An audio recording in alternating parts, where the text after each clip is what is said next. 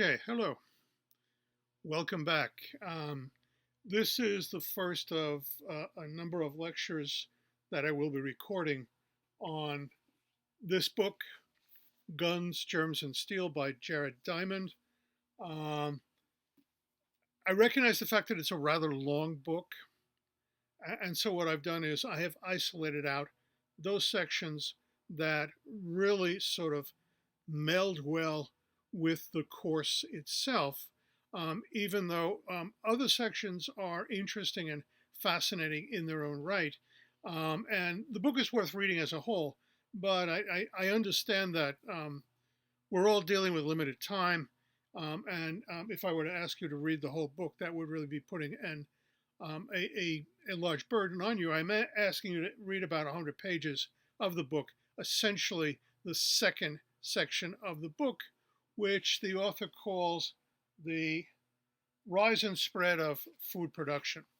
So I'm really sort of trying to use this book to give you a real insight into what archaeologists used to call the Neolithic Revolution, the New Stone Age, if you will, but really was more marked by the growth of the conscious cultivation of food by human groups, which has direct ramifications that we'll get to when we look at this. And this first chapter, this, the first chapter, which is pages 83 through, okay, through about 99. Yeah, 83 to about 99. It's not that long, but it has some really fine stuff in it. And he does an excellent job of synthesizing and giving you an excellent overview of the issues involved. Um, okay, so um, let's get right into it. And what I'm first going to look at is this, what would you call it? So it's on page 83. Now, some of you may have a hardcover copy of this from a library, some students in the past, and so the pagination may not be exactly the same, but certainly the chapters are the same. The hard copy included some pages at the beginning that are relatively unimportant, but that then changes the number of the paging number, although the sequencing of the materials are the same, right? So let's take a look at this. So if you have your book there, okay, so you can see it's the factors underlying the broadest pattern of history. And we'll start with the line over here, this line here, the ultimate factors. By ultimate, what the author is talking about are the deepest factors that go back the furthest in time, which is to say, those factors that then set the stage for things that follow up on it. If you follow that line down to the bottom, you'll see it says proximate factors. And as you look across the bottom of that, you'll see it says horses, guns, steel, swords, ocean-going ships, political organization, epidemic diseases. These are proximate, meaning closer in time to us. This is the way we view the history of contact between large-scale societies and other peoples around the planet, and the ability of some scientists, say some societies, say for example the 19th century colonial expansion. Imperialism is the term that historians use for that period.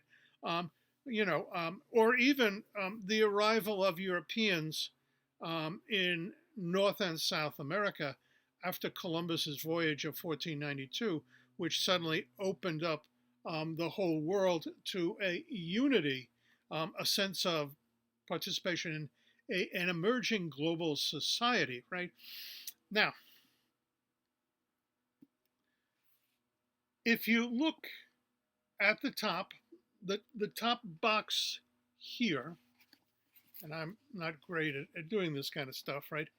But the top box there, you see that it says east west axis. So, what would that mean, an east west axis? Well, what he's trying to demonstrate for us is the fact that geographically, the Eurasian landmass extending from, say, the coastline of France all the way across France, Germany, into Central Europe, Austria, Poland, into Russia, and then getting into the Asiatic countries. Certainly, China will extend all the way out there. That huge swath of land has an east west axis, which would mean what? Um, it has the ability for, again, we're looking at the food revolution here. It has the ability to spread food rather easily from east to west. Why? Why would that be true as opposed to north and south? So, looking at the Americas, right? There are some east west axes there, right? But of course, you have in Brazil the incredible biological density of the Amazon rainforest, then broken off by the mountain ranges that are there, right? Okay. And then often relatively narrow coastlines, right? So that is not an area that permits the passage of different types of foods and foodstuffs to move, certainly not as easily as we have in in the Eurasian landmass. The same thing with Africa, right? So Africa is really, although there is, a relatively broad east to west expanse there, but it's an expanse that moves from coastal areas with rain and vegetation through often desert and semi-desert arid areas, right? And so even though there are east-west passageways on the ground, if you will, they are not the type of east-west axes that lend themselves to that. If anything, Africa is laid out more on a north to south axis, just like North America is similarly laid out on a north to south axis with an east to west axis of relatively good size, certainly better than, say, South America and Brazil, in the sense that you can go for quite a stretch. And indeed, when Europeans arrive and bring their own unique contributions of foods to cultigens, plants that to cultivate with them, right? They are able to move with their animals as well, their domestic animals, into a variety of areas and follow in to that zone, right? But the greatest area in which this is certainly true is the Eurasian landmass, right? Which I suppose could even incorporate parts of North Africa, which have a Mediterranean climate and hence lend themselves very well to this. So, getting back to this, so what he says is, so the east-west axis then produces ease of species spreading. Both domesticated plants and domesticated animals can spread rather easily. And again, why? Because as you move from east to west, the mean temperature, the climatic conditions remain relatively constant throughout, which means that if a plant succeeds here, then you can move it here, move it here. It will find similar areas. And so that you start the domesticating process here, but then they spread out into, east and west areas, and perhaps some north and south, as long as the north and south movement is not so extreme as to eliminate the benefits of a similar climatic structure available for the plants to survive, right?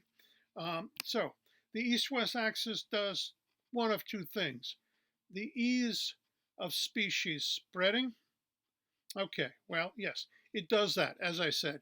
It makes it easy for different species of domesticated plants and animals to spread, and maybe even wild, because when we get into the text itself, we will see that what humanity has done is rely on nature's sort of storehouse of wild plants and animals that are, that they can eat, that are edible.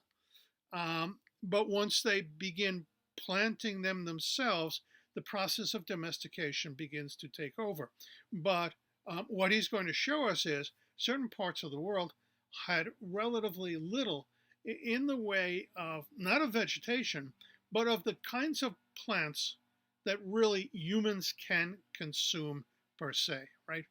And if there are little or no wild species available, either in the form of animals or in the form of plants that lend themselves to domestication, well, you cannot expect food production to expand and grow there, but you probably wouldn't expect large scale numbers of hunter gatherers to live there either, because they also rely on those naturally occurring foodstuffs that are there.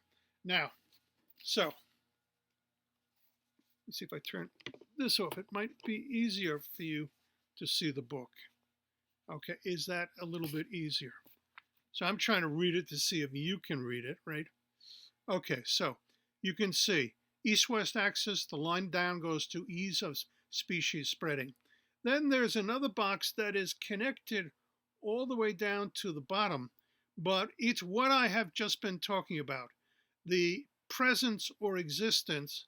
So this box here, the presence and existence of many wild, suitable wild species, right?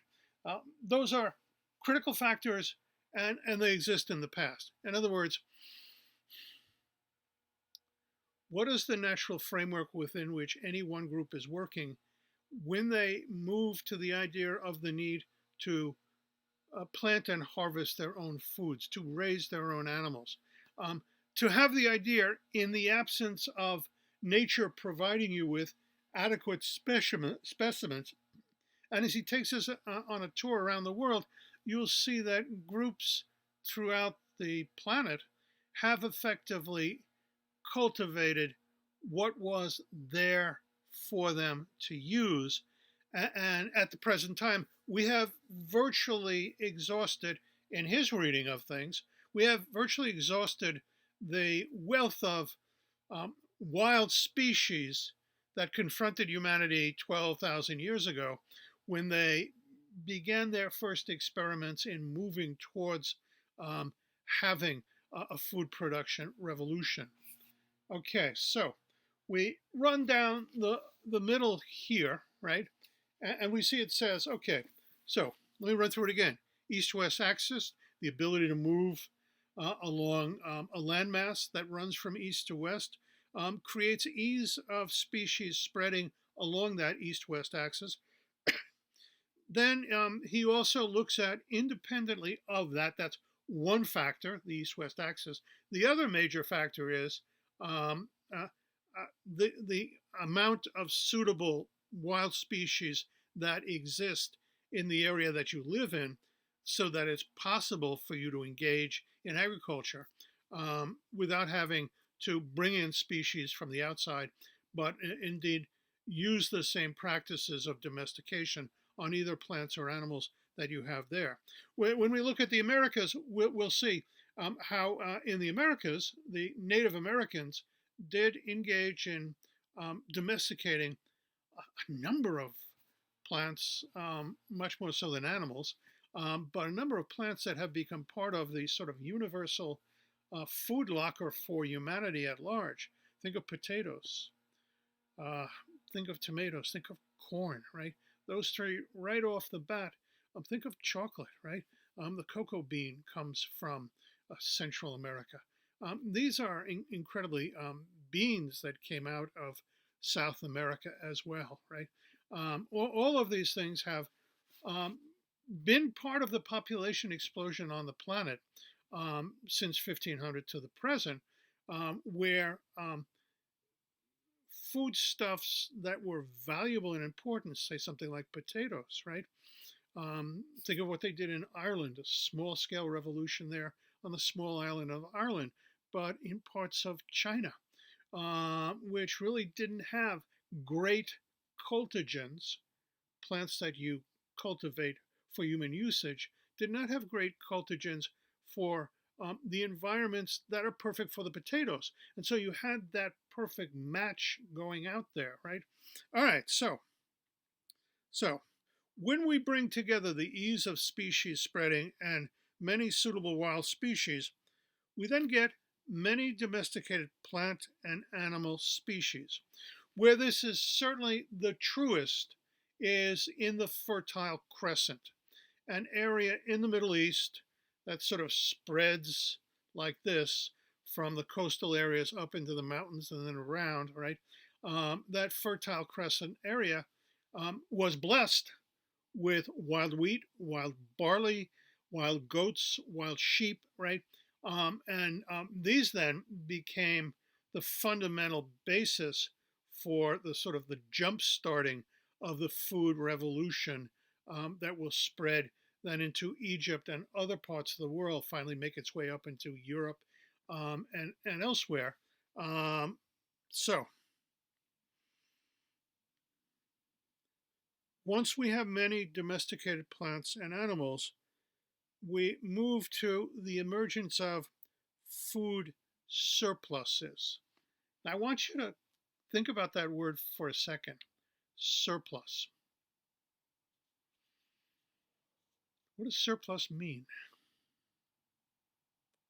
So it means, quite literally, more than enough. So as humans begin to transform their way of life from a hunting gathering way of life to that of a farming community, they will produce more food than they would have needed had they been hunting gathering groups. Now, okay.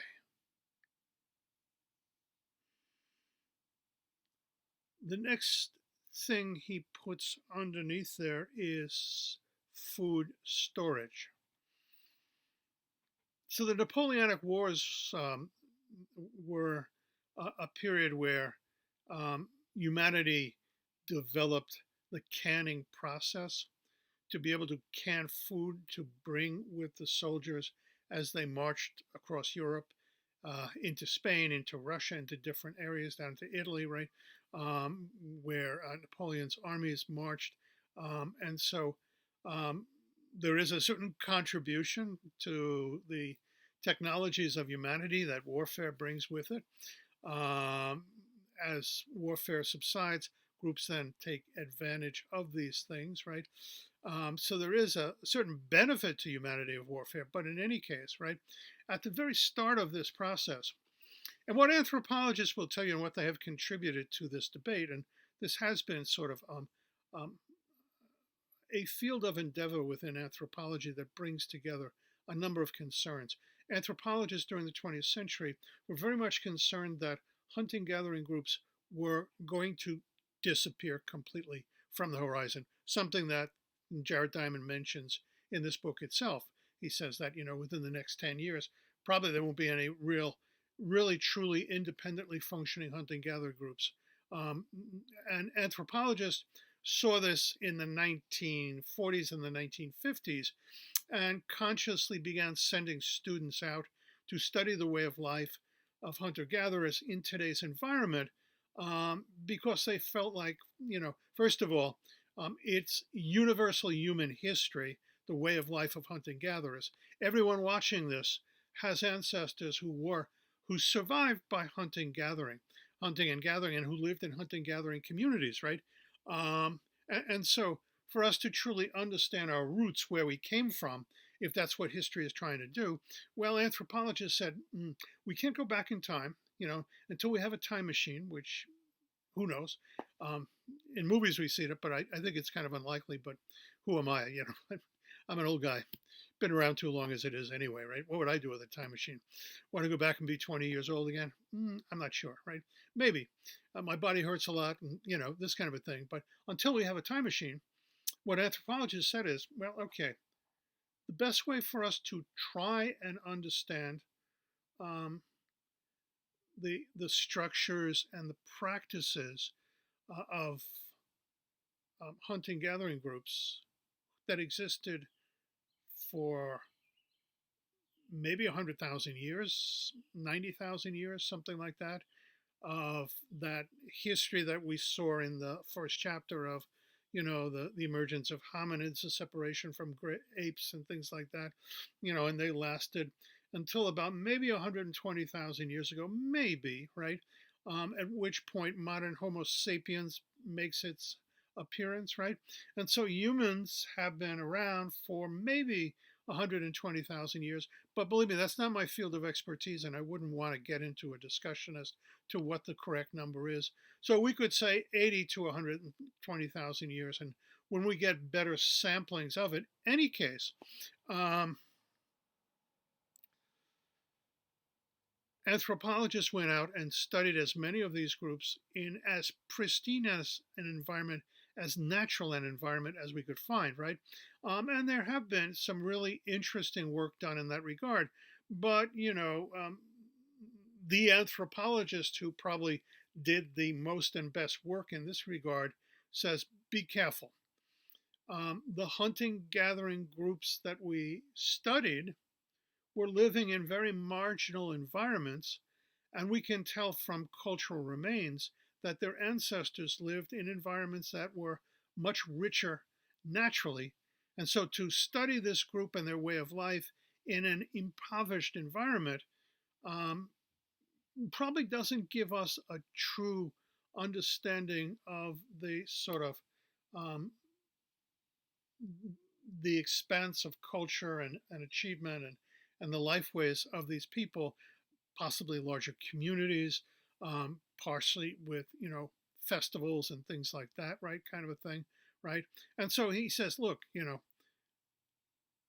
what we have discovered of contemporary hunting gathering groups is they have a rather rich way of life with forms of artistic expression, storytelling, narrative. They, have dances and, so much, so rich religious beliefs, understanding of the cosmos. Um, Claude Levi-Strauss, the famous French anthropologist, writes a book in which he describes how um, the um, the understanding of primitive groups of their environment is so rich and so deep that it challenges us in terms of our biology, right? That they can walk out into the environment and name every single plant and tell you what that plant is related to according to their way of relating plants. He said, we would be hard pressed to match that level of expertise because we become experts in so many different areas that that kind of thing doesn't happen. However, what Levi Strauss also stresses is this is not just utilitarianism.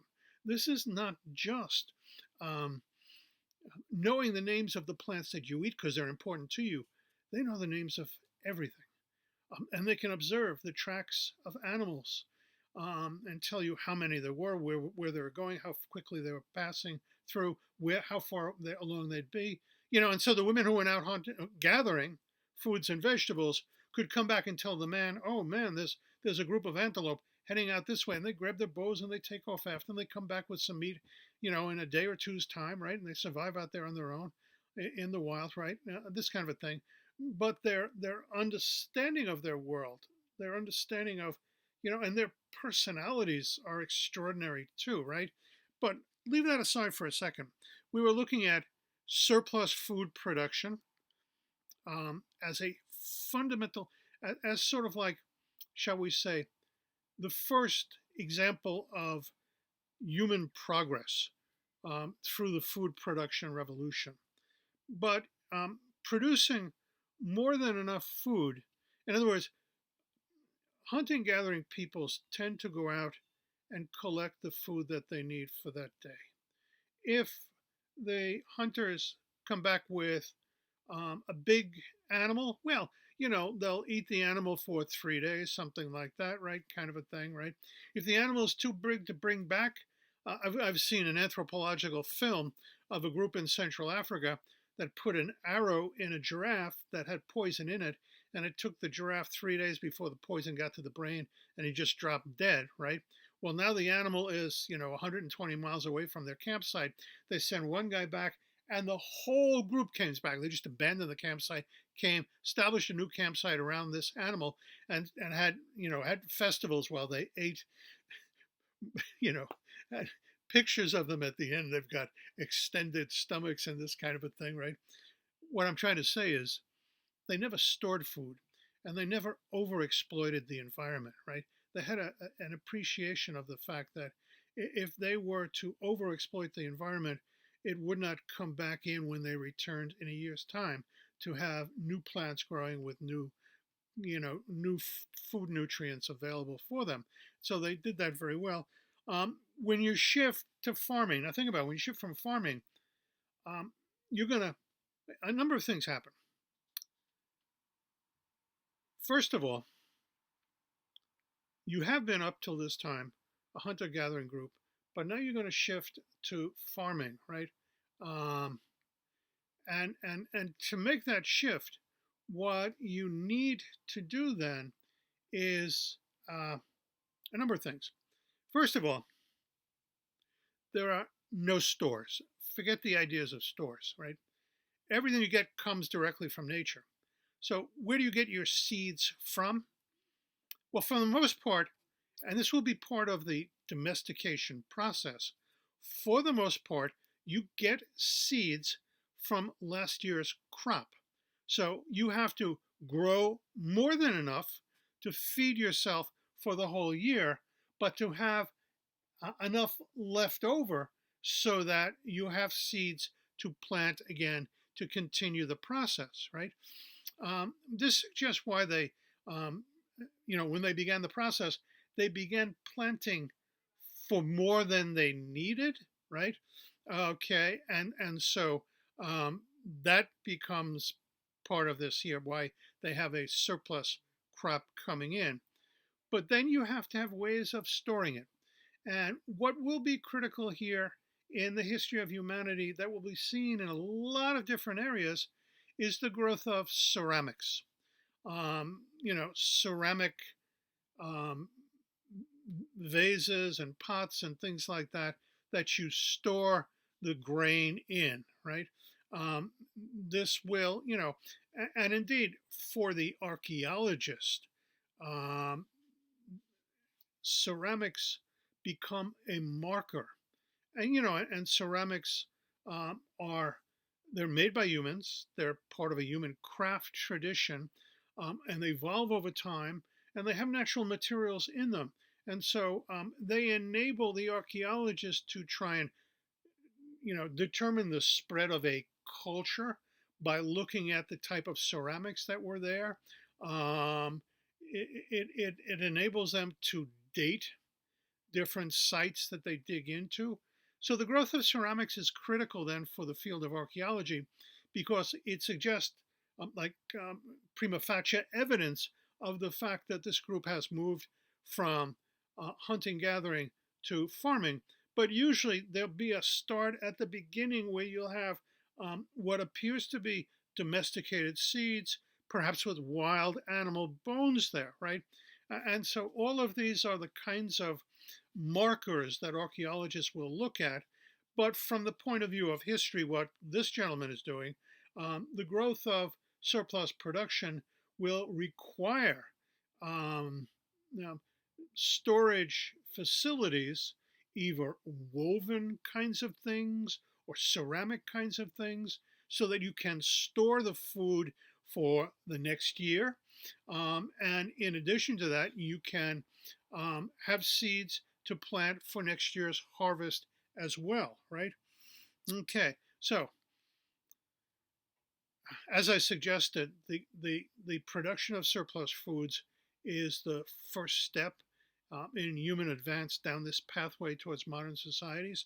Um, what it produces um, right off the bat is population growth.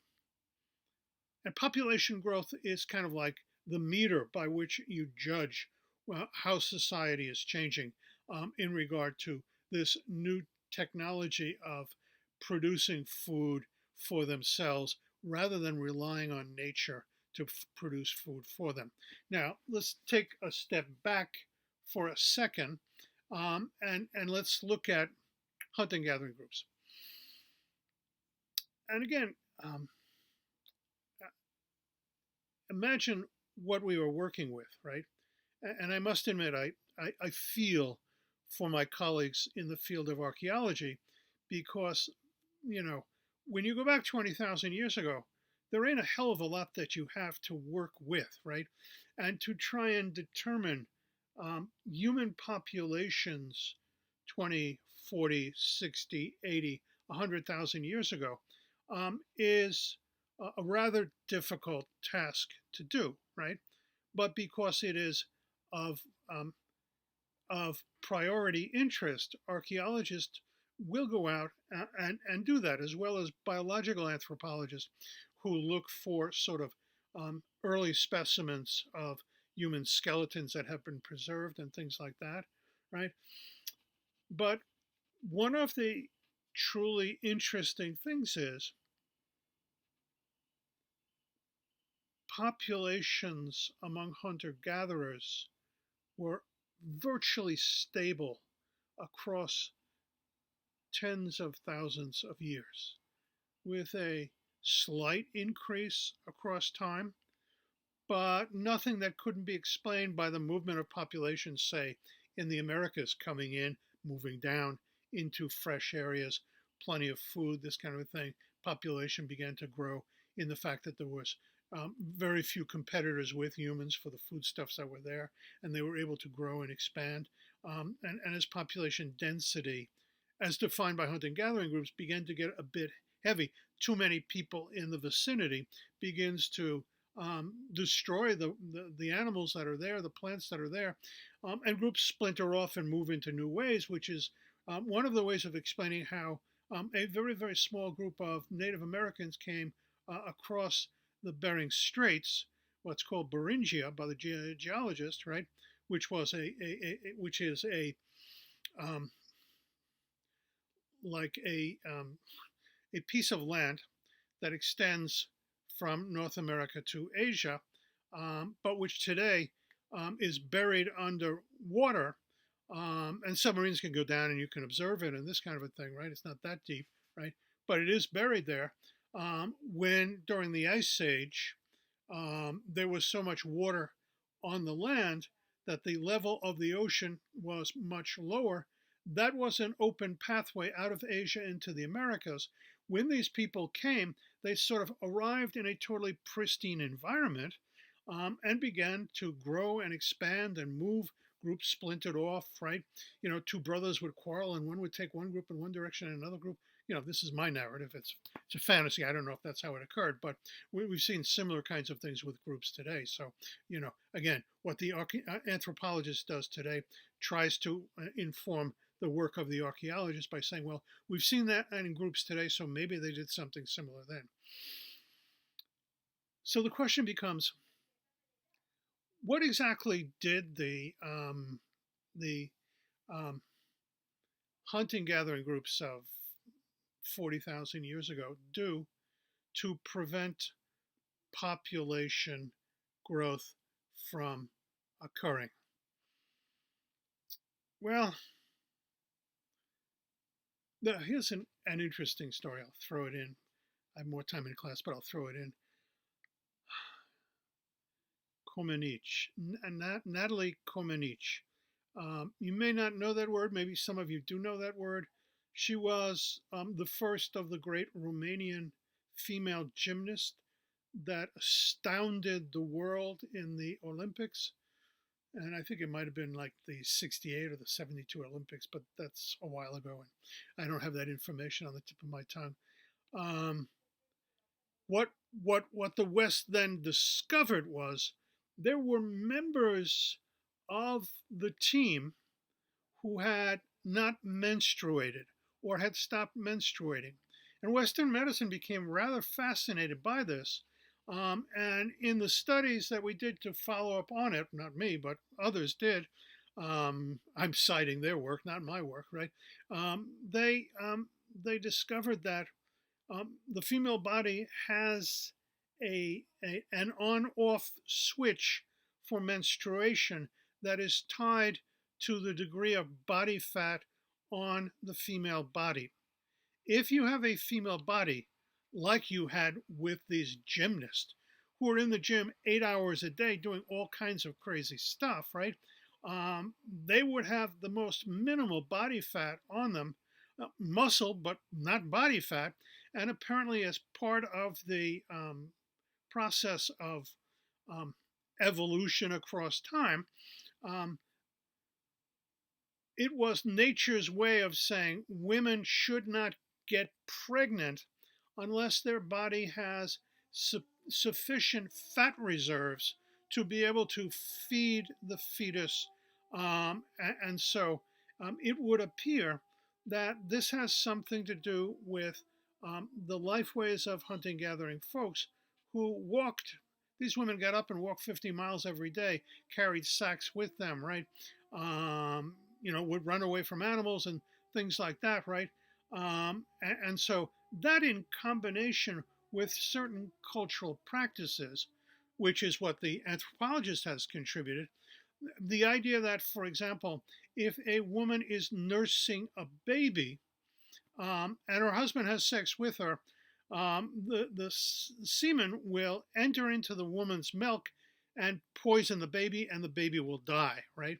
And so many of these groups have taboos about sexual behavior between women who are lactating with their children and having sex with their husband. Put that in conjunction with this other idea of reduced body fat, you get the idea of how women were able at this point in time to slow down the number of pregnancies they had one after another, right? Okay, so um, out of food surplus, food storage comes large, dense, sedentary, stratified societies. So large is look, hunter gatherers lived in groups of from 20 to 60, maybe 100 in really wealthy environments where there's a lot of food there. And why is that? Because the more people that are part of the group eating off the environment, the sooner you exhaust the food that's available, the sooner you are forced to pick up and go someplace else, right? Um, so when agriculture first comes in, we move then to a village situation. And in these villages now, we might have 100 to 200 people who are farming the land around it, right? As their techniques expand and get better, and the group continues to grow because it has surplus food, where hunting gathering women had a child every 4 to 5 years, in farming villages, you could now feed probably as many kids as you could have. Let me give you my own personal example. My wife is Colombian. Her mother, who was educated, as was her father, right? Father was an engineer. Her mother was a teacher. But they had, living in the rural environments uh, of, uh, of, of Colombia, they had 21 births in 20 years. Of those 21 births, 17 survived to adulthood. One has now died. They're down to 16. We'll see. A couple of them have got COVID 19. Hopefully, they don't die too. But my point is that same family, 100 years before, would have had 21 and maybe 6 survive. And that was their way of ensuring that there were children around to help them when they got older. It was their social security mechanism. But with the advancements in medicine in a country like Colombia and the availability of foodstuffs, 21 were born, 17 survived to adulthood. Um, you can see how population can begin to explode. And when you go to these villages, the village will morph into a town, right, as their population gets larger. And what will mark a town is the first emergence of, say, markets, the first emergence of specialists. And of course, the first specialist will be the person who produces the best ceramic pots for storage purposes, right? And so this you can see the arc of civilization going up in this regard. Um, okay, so they're large, they're dense, packed together, and of course, when you pack people together, as we know right now, diseases can flourish inside the group. Hunting gathering groups, although the group was sort of together quite a bit, did not have the kind of density that would allow diseases that struck them to pass through the group and spread to other areas. With the introduction of agriculture and the growth of population of, from villages to towns, what's next, cities, right? As the size and the density increases, they become incubators of disease, which the author will talk about later in the book, but it's a section that I didn't assign to you. I can tell you where it is if you want to read it because it is interesting in the covert environment. Okay, so sedentary. What does the word sedentary mean? In Latin, the word sedare means to sit, to be seated. So if you buy a bottle of wine, most wines, and you hold it up to the light and you look at the bottom of the bottle, there'll be some stuff floating around in there. That's referred to as the sediment. Literally, it means those things that sit at the bottom of the bottle. So, a sedentary lifestyle is distinguished from the lifestyle of the hunter gatherers because you stay in one place for an extended period of time. Now, at the start of this process, right, 10,000 years ago, people might not necessarily stay in one place. And in fact, anthropologists have a term called proto-agriculture, the earliest forms of agriculture, where we have traced the way, we being often archaeologists working with anthropologists, have traced the fact that some of the earliest groups themselves mixed hunting gathering with their new adaptation, farming, to help them survive, which would mean that women would plant a field in an area that they were scheduled to come back to in 8 or 10 months. And then they'd go off and do what they usually did, go to areas where they knew that this was available and these animals tended to be there. And you sort of combined. So you combined kind of the best of both worlds because when you came back to that home, you've now got a field of wheat or barley or corn or whatever it is that you can harvest on your own, assuming that others haven't found it and harvested before you, right? But for the most part, these are sort of out in the jungle in different areas, right, between trees. And it's kind of a way of ensuring that there will be plant life there for us when we come back, and we know we can rely on that when we come back that way later, right? But the sedentary lifestyle is going to be really critical because once people developed a way of life in which they stay in one place, they can begin to accumulate things. So if you look over this shoulder, you see that I'm a pack rat, but I'm a pack rat in terms of this kind of stuff, right? Now, I could show you some of my wife's pat racking, but she saw me showing you, she'd go crazy. So let's try and survive as best we can without doing that, right? But once you can accumulate materials, you begin to build up stuff. This is the origins of what we refer to as wealth. And the first form of wealth will be that surplus food that you have, that you can trade for other things. So I was in the Peace Corps in West Africa, and I lived with a wonderful family. They were farmers. They didn't own the land. They just walked off the hill they lived on down into the valley and staked out an area and began working it. And they had to stay there and harvest they had the man that I sort of went into the fields with and saw him working there, had to literally spend the night there because others could come in and just dig out the yams that he had planted and harvest his crop before he got a chance to do it. And so you did have to protect it from outsiders coming in. But I was there one day when another gentleman showed up.